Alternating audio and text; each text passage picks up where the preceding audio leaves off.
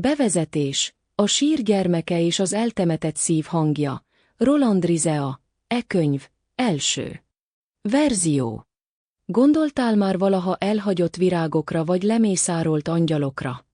Hogy lásd, hogyan isszák egyedül a harmatot a könnyekből, amelyeket már nem sírtak el. Kicsiny szívük remeg a föld alatt, könyörögve, mint egy sebzett állat. Ne hagyd egyedül, anya! Nyugtalan lelkük, melyet az örök szeretet köt össze, nem talál nyugalomra a föld alatt. Láttál már valaha sebzett állatot, amint némán rohan a sír felé? Vagy egy sebzett madarat, hogy lásd, hogyan keresi az eget? El tudnád hinni, hogy a szépség a legszelídebb az ítéletek közül? Hogy lásd az anyákat, ahogy az ég felé nyújtják karjukat, és könyörögnek. Ne hadd egyedül, gyermekem! Érzik gyermekeik szívét a föld alól dobogni, érzik a szívüket, amely nem hajlandó meghalni. Gyermekem, elpazarolsz engem, apránként, minden emlékezéssel. Nem azért, mert elmentél, hanem azért, mert nélkülem mentél el. Gyermekem, kérlek, gyere vissza hozzám. Nem tudok tovább menni, nem nélküled. Az éjszaka a vágy oltárává válik, mint egy törött harang, amely pontosan úgy szól, mint egy halotti liturgia. Hallani, ahogy az anyák hangja énekké változik.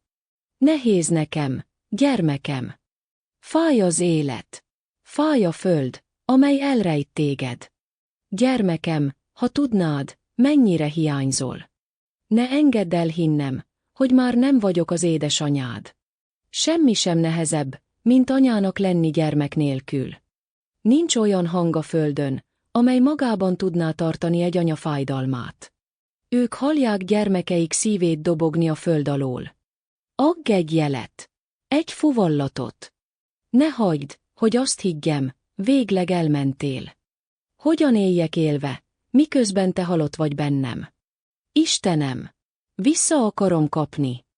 Akarom az utolsó lélegzetét, a mellkasomba akarom zárni és ott őrizni. Miért hagytad, hogy megszüljem, ha tudtad, hogy el fogod venni? Nézzetek rám! Nézzetek egy gyermek nélküli anyára! Ez a ti igazságotok. Istenem, fegyvert kellett volna adnod nekem, nem szerető lelket. Hallgató! Ez egy olyan történet, amelyet a föld elrejtve tart, pontosan úgy, mint egy halott gyermeket.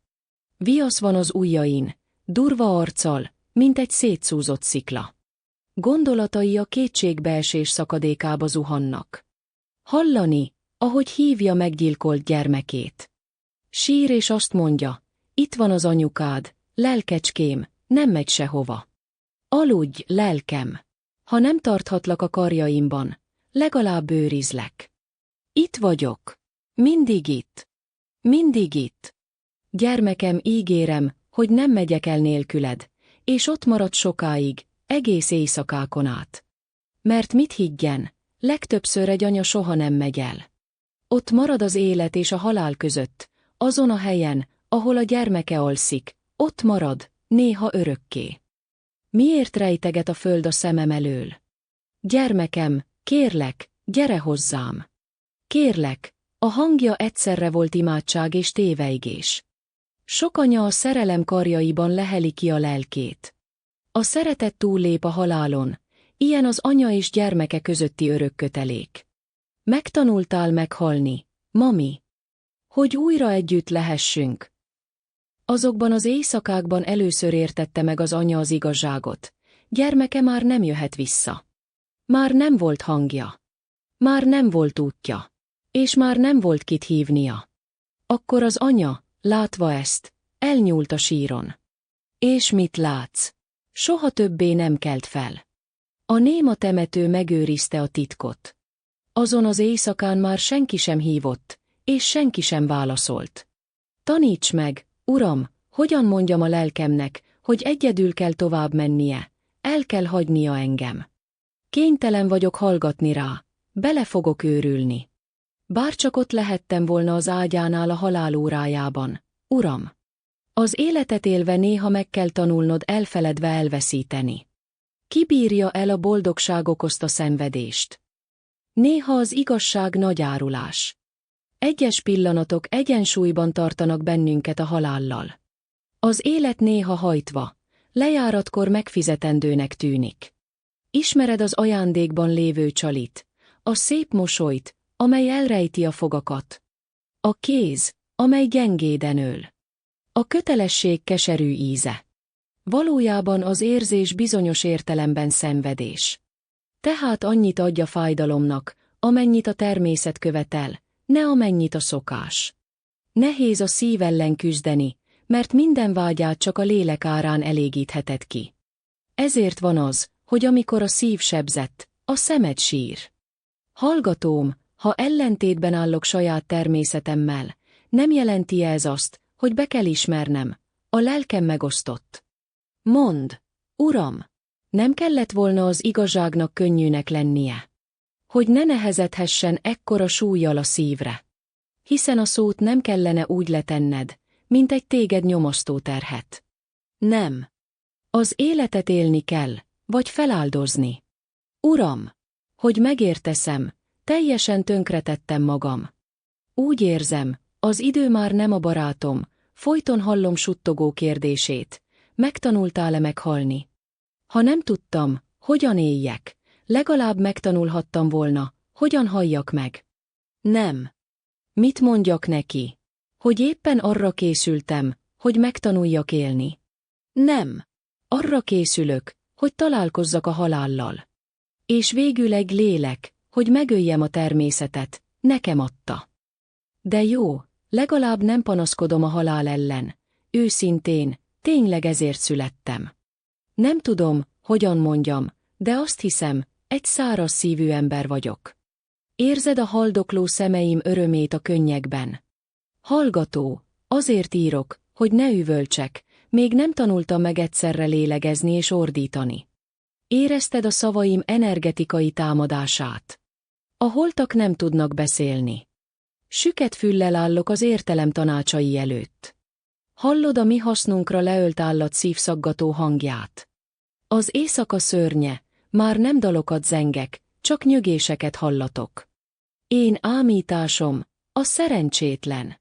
Jót kívánva magamnak, csak rosszat rendelek el. Hogyan találhatnám meg a megértés törvényét? Követed írásom finomságát, ahogy tőrrel a kezemben írok. A szavak, amelyeket egy szegényes ágyról, rongyokba öltözve fogok kiejteni. Szolgáljam a létezés értelmét. A bölcsességből egyenesen a szakadékba fogok zuhanni. Testvér! Mire szolgálna a csend, amikor üvölt a bűntudat? Néha az igazságot ketrezben kell tartani, mint egy vadállatot. Bátorság azonban, egy derűs lélek mindent elvisel. Nem. Az életem, most az egész a szemem előtt van, ami megmaradt, az inkább a halálhoz tartozik.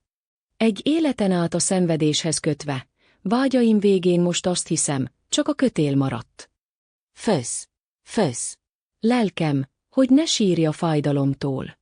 Istenem, szemem öröme meghal a könnyekben. És ment, lassan, lassan emberi léptekkel, aki elvesztette az élet iránytűjét. Azt mondta, csak egy sír vagyok, ami jár. Már nem vagyok anya. Hallgató, néha azt kívánnád, bár csak felszívhatnád a mérget a mérgező virágokról. Érezni a sötétség csengjét, hallani, ahogy az anyák hangja áttöri a csendet. Gondolkodtál már azon, mi a csend? Vajon hallani a fájdalom sírását? A kereszt mellett állok, a kedvenc játékát a mellkasomhoz szorítva. A könnyek folyton keverednek az emlékek vérével. Miért folyik még bennem az élet? Uram, ha benne már nem folyhat. Kezével kezdte ásni a földet, húsát a kövekbe szaggatva. Körmei letörtek, vére a sárral keveredett, de nem tudott leállni. Úgy tűnt neki, mintha hallaná. Anyám! Miért hívsz? Már nem vagyok egész. Anyám! Az asszony felüvöltött. Mert szeretlek, és mert nem tudok élni anélkül, hogy éreznélek. A szél hirtelen elállt, mintha a temető visszatartaná a lélegzetét. Azt hinnéd, Néha a szél csak azért fúj, hogy felébressze a halált. Ha jobban a földre hajtod a homlokod, meghallod, hogy minden, ami szép, fáj. Látnod kellett volna, ahogy a könnyek a földre hullottak, mint egy eltévedt szív dobbanásai. Gondolhatnád, hogy szomorú földjükre hozták a szívüket áldozatul. Uram, hogyan magyarázzam el egy léleknek, hogy az elválás nem árulás, hanem felszabadulás? Én csak mentem így, én húztam a kezét, ő pedig csendben sírt. És mindketten próbáljuk megtanulni, mit jelent folytatni. Talán a lélek olyan, mint egy sérült állat, megérinted és megharap.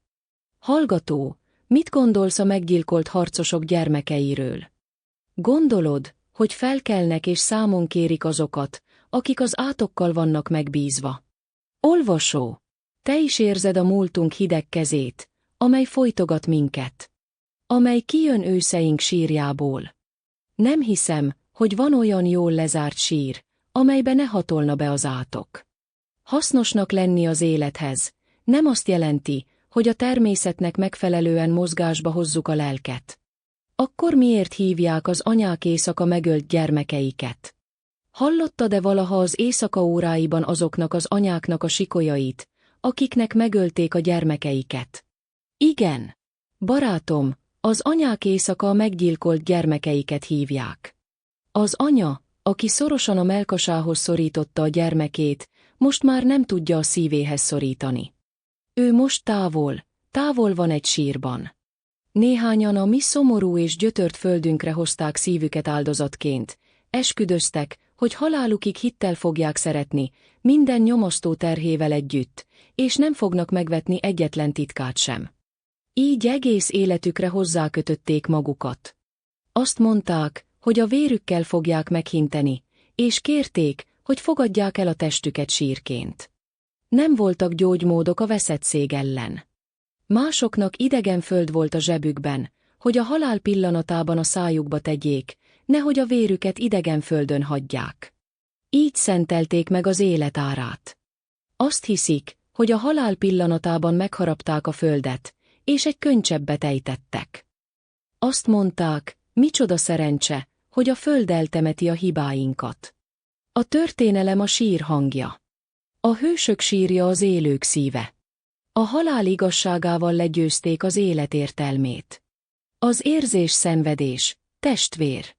Add meg a fájdalomnak, amit a természet kíván, ne a szokás. Soha nem volt olyan élénk, mint korunkban a támadás az értelem ellen. Hogyan öltöztesd fel a háborgásaidat egy elképzelt igazsággal? A siker csak azok oldalán áll, akiket üldöztek. Lelkünk legtöbbször, ahogyan mi használjuk, inkább megzavarja életünk nyugalmát, minthogy hasznára válna. Oly nagy az elme gyengesége, amikor az értelem elhagyja. Az értelem elűzi a többi fájdalmat, de megbánást szül. A tudatlanság a hozzá nem értők számára szerencsétlenség. A gondozatlan virág vad marad. A jóság összeegyeztethetetlen az élettel.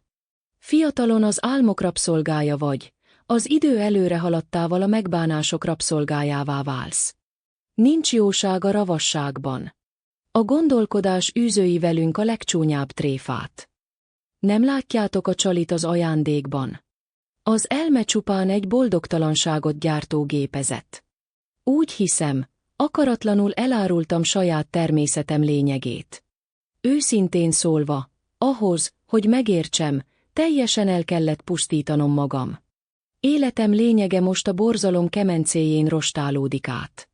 Nem tudok többé viaskodni a nyilvánvalóval. Az élvezet nem más, mint a szenvedés elviselésére szolgáló serkentőszer. A gondolkodás. Ez a korlátolt előítélet, érzékeim fogjává vált.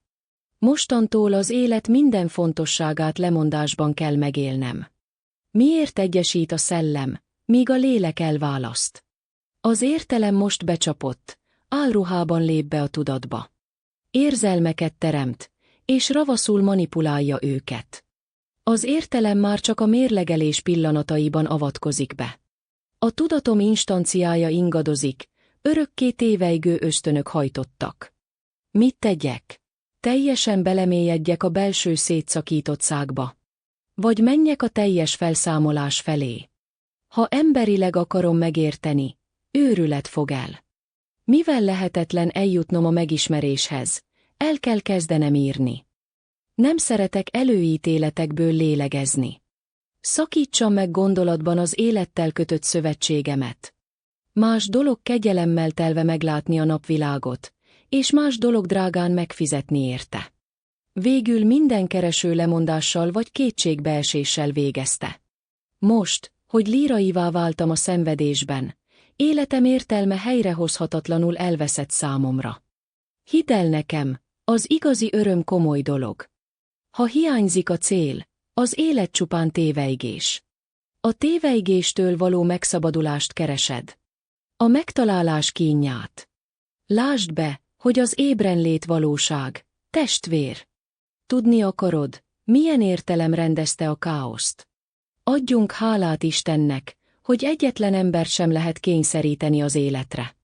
Az intelligens embernek nem addig kell élnie, ameddig kedve tartja, hanem ameddig illik. Ezért, amíg még bírom, láthatóvá teszem az ereimet. A szomorúságot jobb legyőzni, mint megcsalni. A kultúra a felejtés ápolása. Nem parancsolhatsz a szívednek. A vágy mutatja az utat. Miért ne élhetnél anélkül, hogy értelmeznéd? Ez a múlt minden lépésnél támad engem, az emlékek szörnyen ostromolnak, mióta a tudatom szétszakadt. Most, hogy az egyensúlyom veszélyben van, hogyan tudok ellenállni a mértékletesség kísértésének? Most jobban, mint valaha, érzem, hogy az emlékeimet a falhoz kell szegeznem. Érzem a torkomban az emlékeim fullasztó folytását. A gondolataim már most is a szívemből harapnak. Azt hiszem, számot kell adnom minden felejtésért. Azt mondják, hogy ne rója fel a súlyos kudarcokat az életnek. De vajon azok, akiknek békés a lelkiismeretük, zavartalanul élhetnek? Amennyire én tudom, a paradicsom nem építhető könnyekből. A létezést, ha nem lehet szeretni, csak el kell viselni. Bármilyen édes is a melankólia, a szomorúság akkor is keserű marad. Barátom, a fájdalom tetőpontján segíts a lelkednek megtalálni a mértékletességet, de ne parancsold a sikolynak, hogy jöjjön ki, hanem engedd meg neki. De ne feledd, csak addig, amíg a kötél engedi. Egy szomorú Istennel kéz a kézben járni én is szeretnék. Bárcsak egy virág lehetnék, egy síron nőve, és egy szomorú és mérges angyal szedne le. Az olyan emberek, mint én, híresek, a földet vették sírnak. Az embereket éppen az választja el, akiket szeretnek.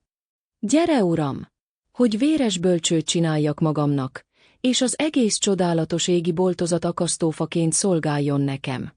Uram, vezesd a lelkem a pokolba, én is siratlanul és eltemetetlenül akarok meghalni.